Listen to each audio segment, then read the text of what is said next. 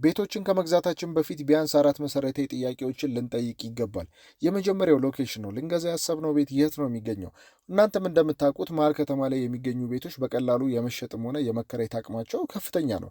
ሁለተኛው ዲዛይን ነው። የተሰራው ቤት ውስጡ እንዴት ነው? ሳሎኑ ሰፊ መሆን አለበት። ለምሳሌ ኮለን የሚበዛበት አይነት ቤት ከሆነ፣ መኝታ ቤቶቹ ጠባባብና ናቹራል ላይት የማያገኙ ከሆነ በቀላሉ ለማከራየትም ሆነ ለመሸጥ እንቸገራለን። ሶስተኛው ROI ወይም ደግሞ ሪተርን ኦን ኢንቨስትመንት የምንለው ነው። ያ ማለት ደግሞ የገዛ ነው ቤት በስንት ዓመቱ ነው የተገዛበትን ዋጋ የሚመልሰው፣ ሬንታል ቫሊዩ ምን ያህል ነው የሚለውን እሱንም በደንብ ማጤን አለብን። አራተኛውና የመጨረሻው ማቴሪያል ነው። የተሰራበት ማቴሪያል በጣም ሎ ኳሊቲ እና የወረደ ከሆነ በቀላሉ ለመሸጥም ሆነ ለማከራየት እንቸገራለን ማለት ነው። ለዛሬ ይዤላችሁ የመጣሁት አፓርትመንት የሚገኘው ቦሌ ወሎ ሰፈር አካባቢ ሲሆን እንደምታውቁት ሎኬሽኑ ፕራይም ሎኬሽን ነው። ለመኖርም ሆነ ለማከራየት ተመራጭ ነው። ይሄ ቤት እንግዲህ ለሽያጭ ነው የወጣው። 157 ካሬ ባለ 2 መኝታ ነው። 2 ባልከኒ ያለው፣ 2 መታጠቢያ፣ ማስተር ቤድሩም የራሱ የሆነ መታጠቢያ ያለው። እንደምታዩት በአሪፍ ማቴሪያል ጽድት ተደርጎ የተሰራ ቤት ነው።